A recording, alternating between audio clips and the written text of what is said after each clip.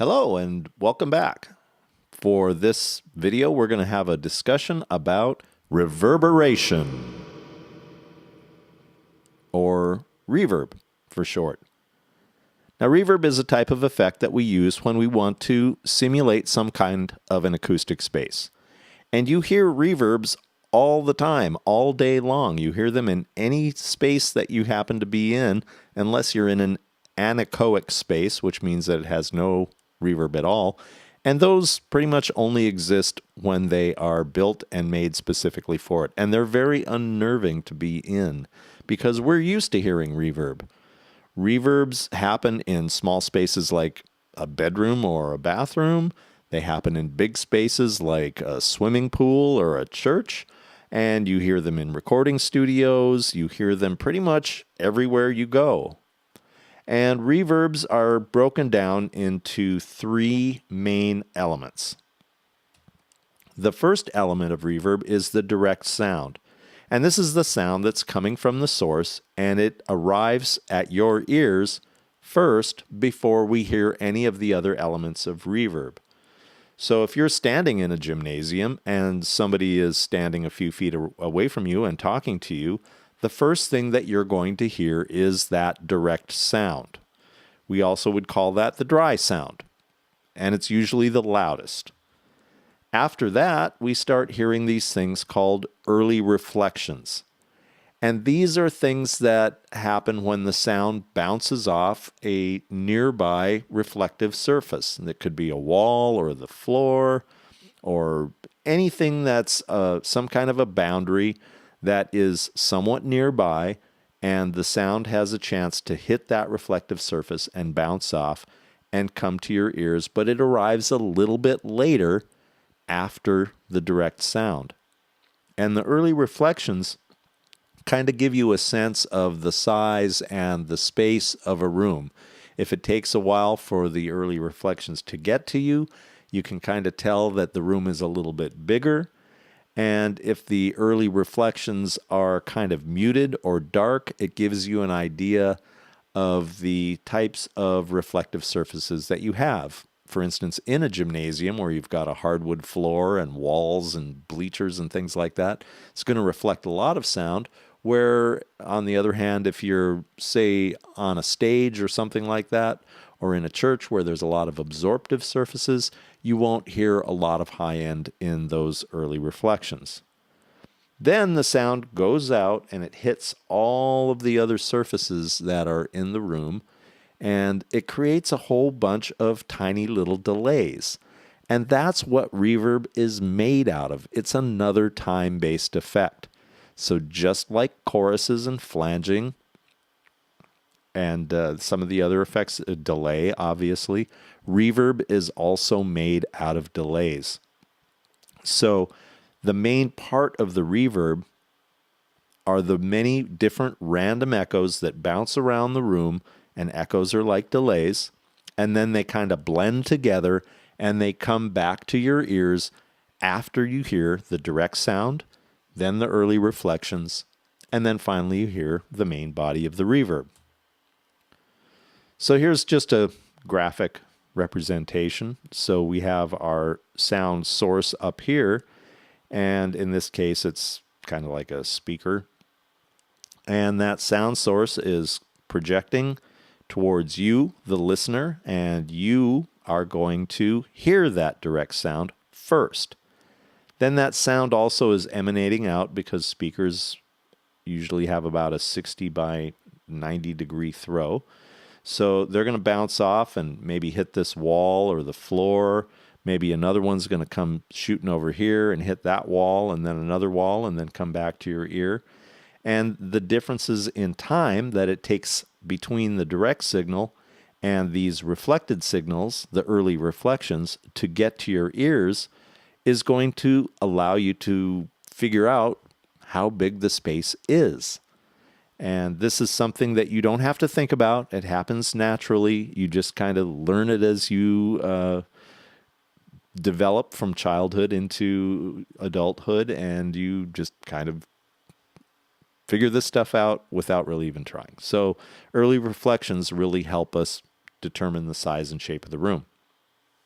Then these other reflections kind of bounce off of all the walls, hit other walls, then they ping pong off other walls, and all of these delays and echoes, and there's hundreds of them, all get blended together, and then that's what we hear as the main body of the reverb.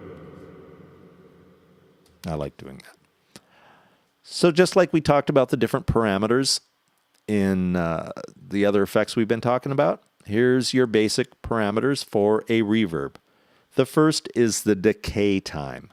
That's how long it takes the reverb to die away to 1/1,000,000th of its original level, or a drop in 60 decibels. So in some reverbs, you will see reverb time either described as an actual time, like 1.5 seconds. They'll sometimes call decay time RT60. How long does it take that reverb to die away to 60 decibels less than it was originally? Then you have your early reflection amount. How many early reflections do we hear? And how loud are they? And what's the timing on them? So we have a few different parameters that deal with early reflections. Then there's this thing called pre-delay. Now this is, as you would imagine, a type of delay where we determine a certain amount of time between the time you hear the original sound, the direct signal, and then the time it takes for it to travel out, hit all these different walls and boundaries and reflective surfaces, and then come back and you hear that reverberated sound coming back to your ear. So it takes a little bit of time for that sound to travel out, do its business, and then come back and hit your ear. And that amount of time determines how big the space is. So in addition to early reflections, pre-delay is a big factor in determining the size and shape of your room. Now there are different kinds of reverbs. You'll see when you go to a reverb processor, one of the first things that you will choose is the basic reverb type, and then you will have the other parameters that you can mess around with. So you'll usually see something called a hall, and a hall reverb is based on a very large space, kind of like this one, like a concert hall or a church or a gym or a swimming pool, someplace where you've got a big wide open space. Then there are rooms. Rooms are smaller spaces like your living room or a bathroom or maybe a small nightclub or a stage or something like that. You'll find room reverbs. Now we also have, often you'll see a reverb type called a plate. Now this isn't the plate like you eat off of. This is actually a mechanical way of producing reverb that was developed before digital technology. And what it is a large metal plate. It's made out of steel. It's very thin, and it's hung in a great big box. And there's a transducer on either end of this metal plate, and one of them sends signal into the plate, so that would be kind of like a tiny little speaker. And then that sends vibrations that travel through this plate of steel. And then on the far end of it, usually they're in either corner, on the far corner, there's a pickup, another transducer that's acting like a microphone that picks up all of those sounds that this plate generates. And these plates were large. They stood, 5 feet high. They were usually about 8 feet wide, and the box that they were in was 1.5 feet deep. These things were huge and big and very expensive. So not a lot of recording studios had plates. You had to have a lot of room for them, and they were very expensive. One of the most famous of the plate reverbs is from a company called EMT from Austria, Germany, somewhere over there in Europe, called the EMT 140. It is a famous plate reverb. And then there are chambers, and these are reverbs, before we had digital reverbs, recording studios actually had special reverberant rooms that they would send signals into, and then the signal would play through a speaker, and the room itself was usually pretty reflective and large, and there was a speaker on one end of the room, and there was a microphone on the other end of the room, and so the reverberated sound was created by an actual physical space. And some recording studios had very famous sounding chambers. Capitol Records in Los Angeles is a good example. Those chambers were designed by Bill Putnam, and so they used an actual physical space to create reverberation. I've done this kind of thing where I've done remote recordings and taken an a cappella singing group into the stairwell underneath the Red Square at University of Washington. There's this great hallway that goes down to the parking lot that's got this amazing reverb. So we went down there and we actually recorded in that stairwell because the sound was so amazing. So that would be an example of a chamber. And most big-time recording studios, Columbia Records in New York City, Avatar, Capitol Records, they had reverb chambers in their rooms. Now we're going to take a look at some reverbs in Cubase. So we'll see you over there. All right, here we are in Cubase, and I've brought up a project that I mixed about a year ago for one of my clients. Her name is Lisa Craze, and this is an original song of hers. And we've got all live instruments on this recording. So I've got some drums, they're all yellow, and we've got a kick drum, snare drum, some tom-toms, overheads, left and right, and a hi-hat mic. So we've got quite a few mics on our drums. And down here we've got, let's go ahead and play it. Down here we've got a bass. So that's our bass track there. And then we've got some piano.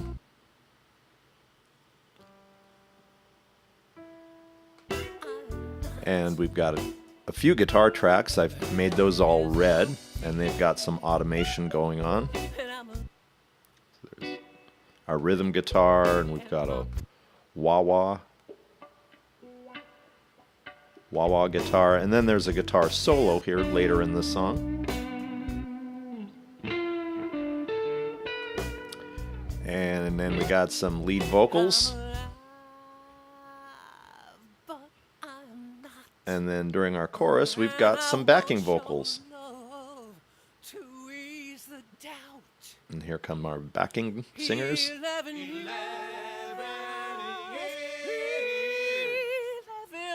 Now you probably noticed that these are all very dry. There's no reverb on any of these tracks. The only reverb you're going to be hearing is the room reverb.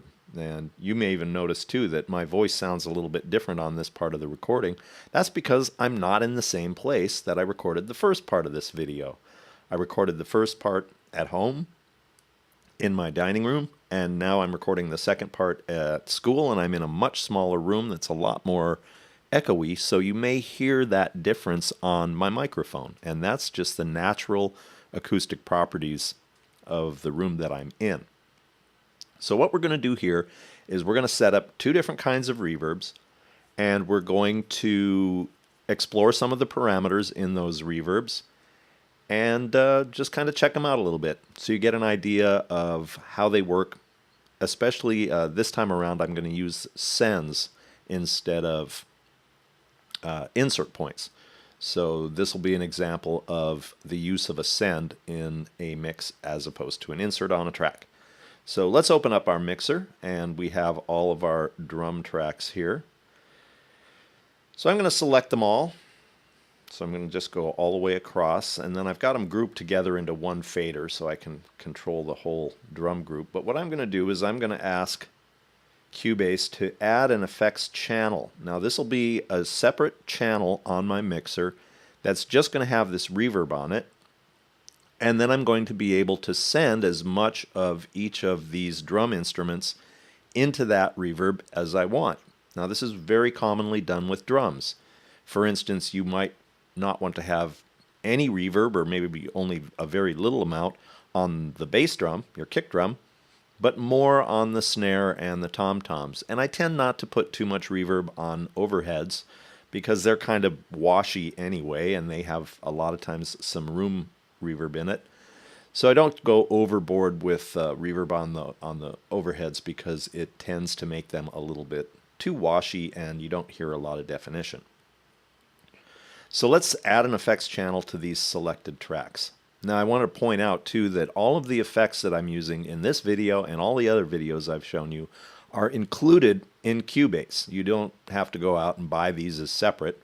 You can go out and buy other third-party plugins if you really want some cool special effects, but pretty much everything that you need to produce music and get all the different kinds of effects that you would use in a production are included in Cubase. So that's what we're going to use. So we'll go up here to where it says what kind of an effect do you want to use, and there's a little spin down tab here for reverbs, and we have a number of different types of reverbs to choose from, and you can see we have some of the different types that we discussed in the early part of the video. We've got halls, we've got some plates, we've got some rooms. So I'm going to put my drums in a room, so I'm going to choose that, and it's going to be a stereo reverb, so I'm going to add that.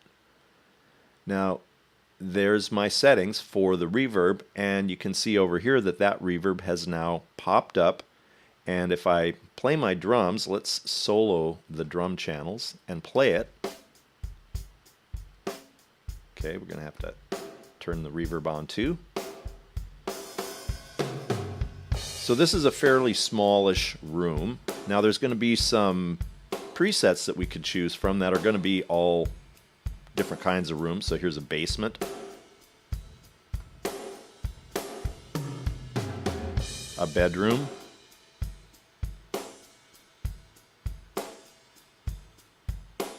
you can see it got a lot smaller there, or a garage.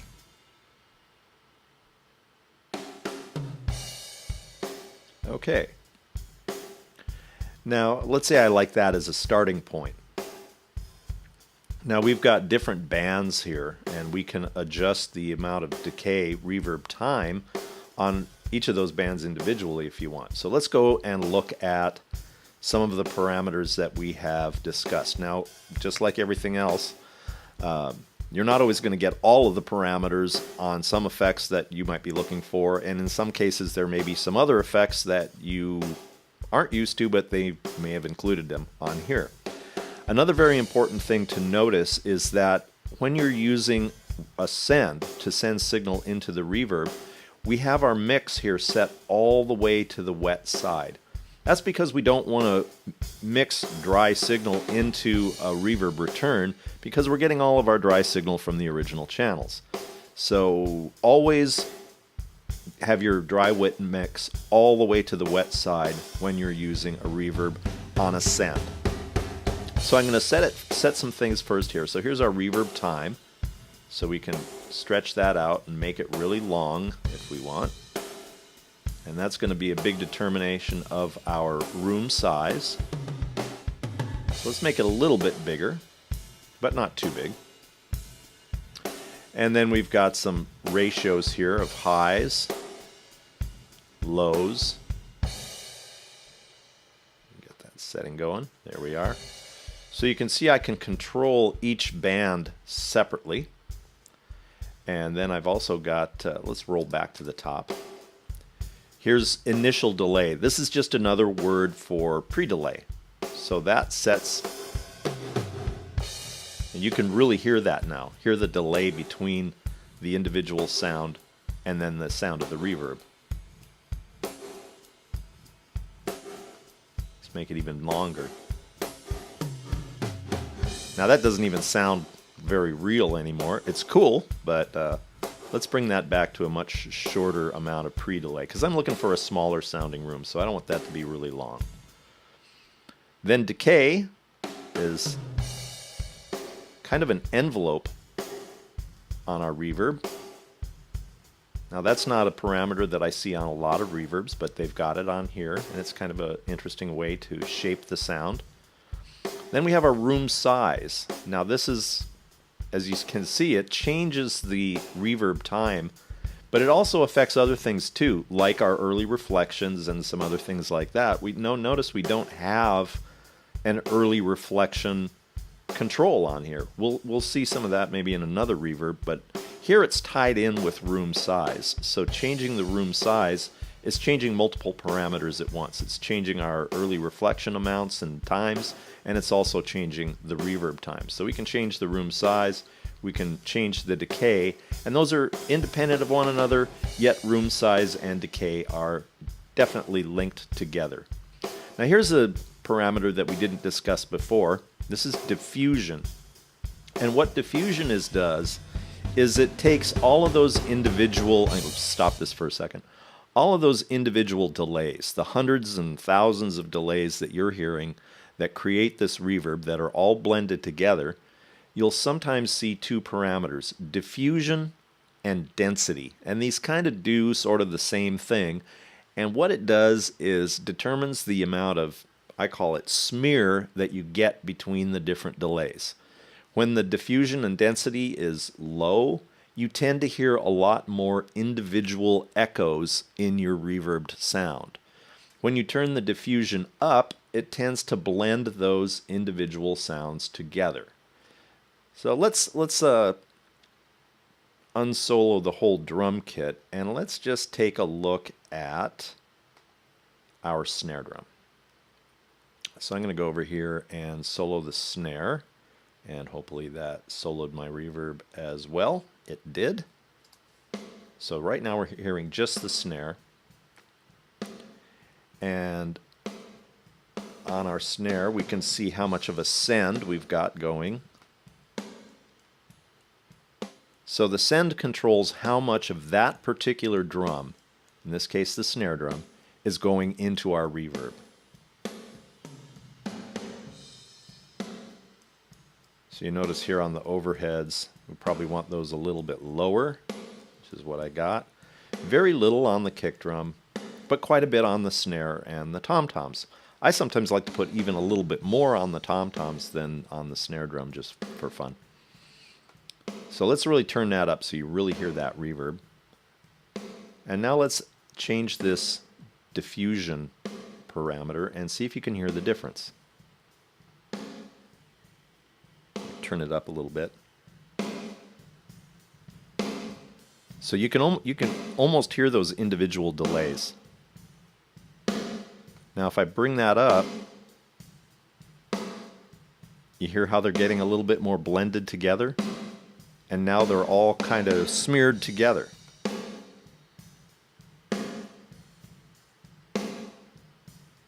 So that's what diffusion does. Let's turn it back down. And now we'll go ahead and solo our whole drum track. And we'll solo the reverb along with it. So we'll go over here to our reverb channel. There we go. Now this is our return. This is how much of the reverb do I want to hear coming back in the mix.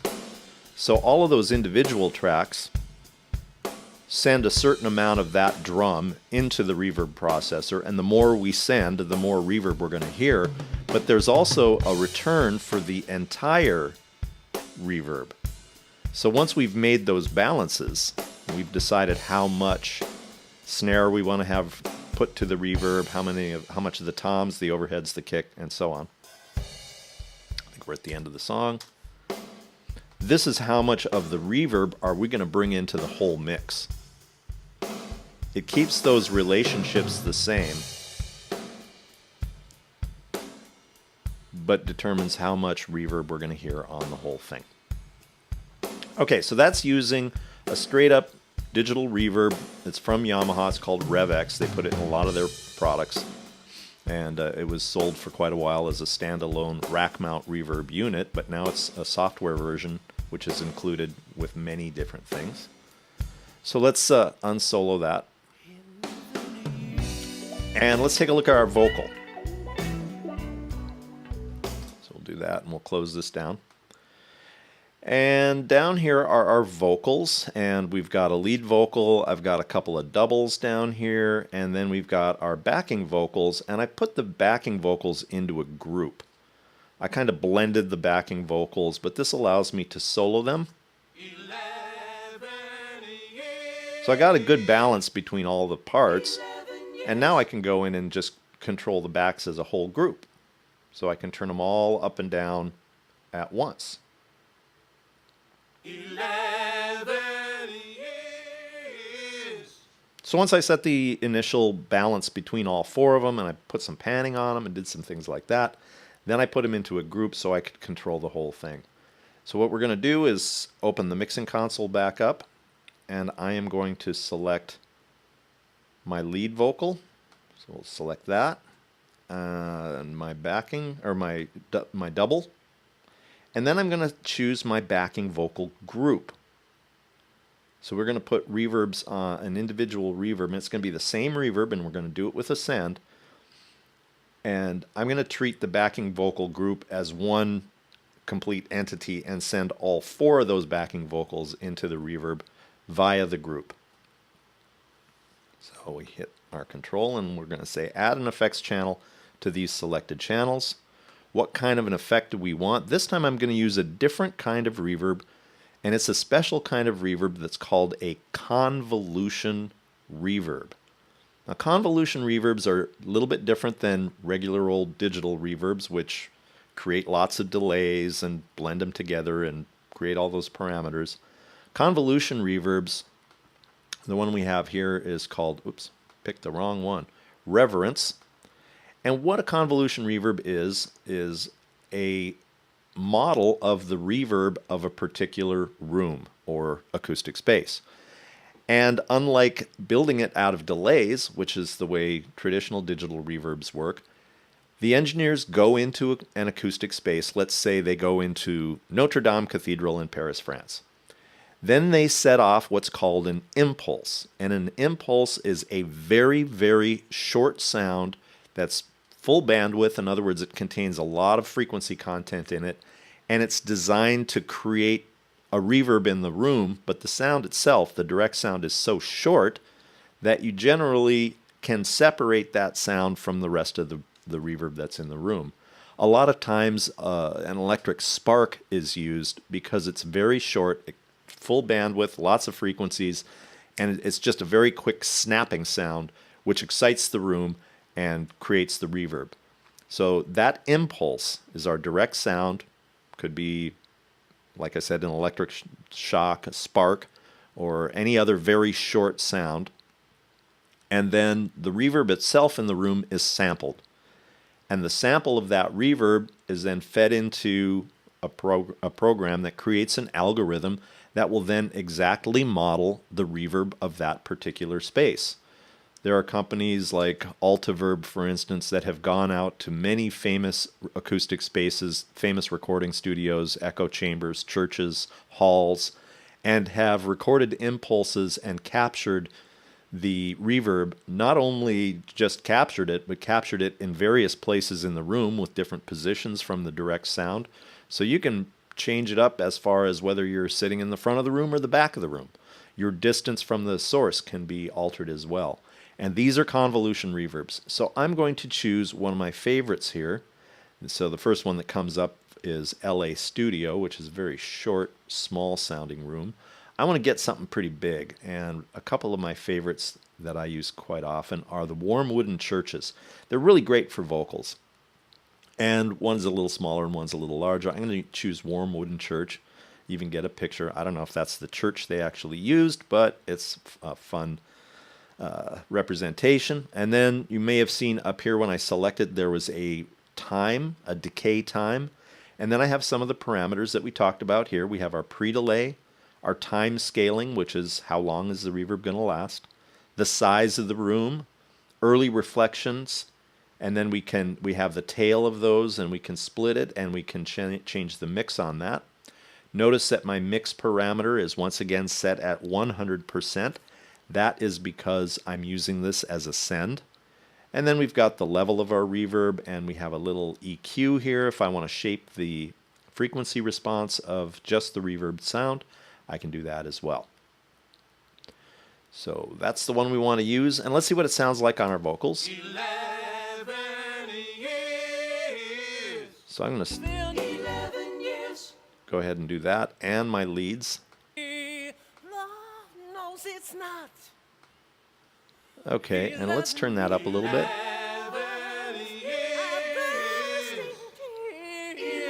years. Those backs are a little loud, so let's pull those down a little bit. Oh, I forgot.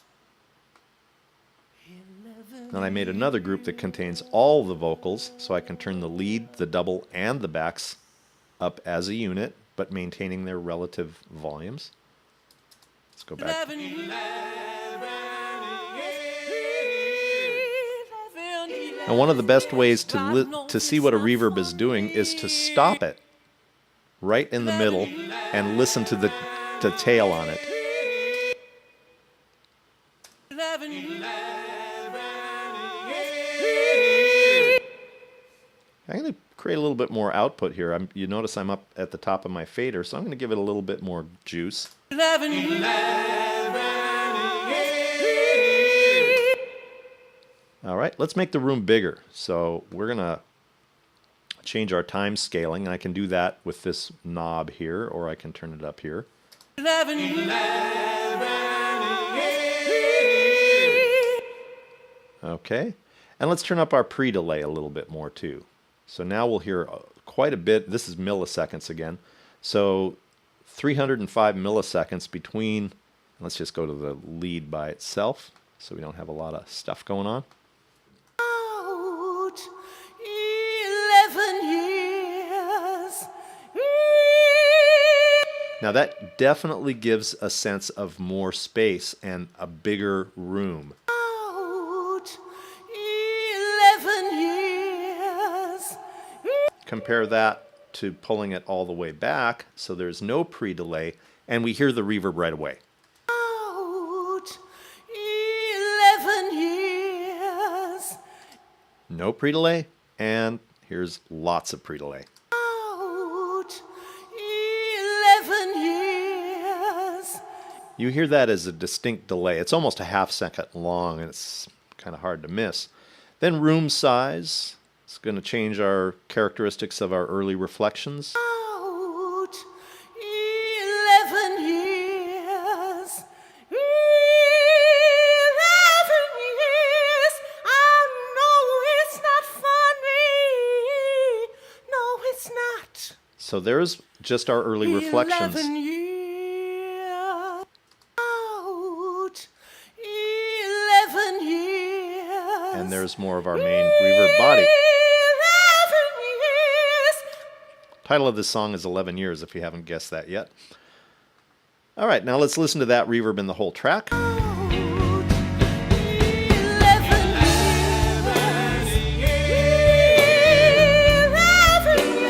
It's a little wet, so I'm going to pull back my main vocal reverb to make it a little drier.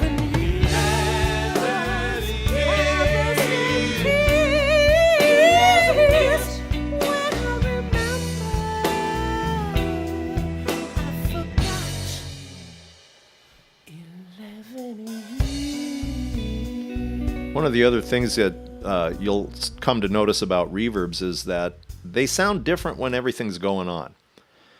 They tend to get sucked into a mix. Delays do the same thing. So when you're listening to something soloed and you're setting a reverb on it, it may sound great and nice and wet when it's soloed, but then when you turn everything else on, the reverb can get masked by all of the other sounds that are going on in the mix. So you may find that once you set it, it sounds okay, and then get it in the mix, and all of a sudden it doesn't sound so reverbed anymore. So you may have to turn up your dry wet mix if you're using the reverb as an insert, or as I recommend, because like right now I've got 6 channels of audio and I'm only using 1 instance of this reverb, so it's a lot more efficient and doesn't use as much computer processing power. And if I want to change a parameter here, it will change all of those channels at the same time because they're all going into this one reverb processor. So you may have to turn up that return a little bit in order to get more of that reverb signal into your mix. So there you have it. That's an overview of reverbs, and I hope you enjoyed it. We'll see you next time.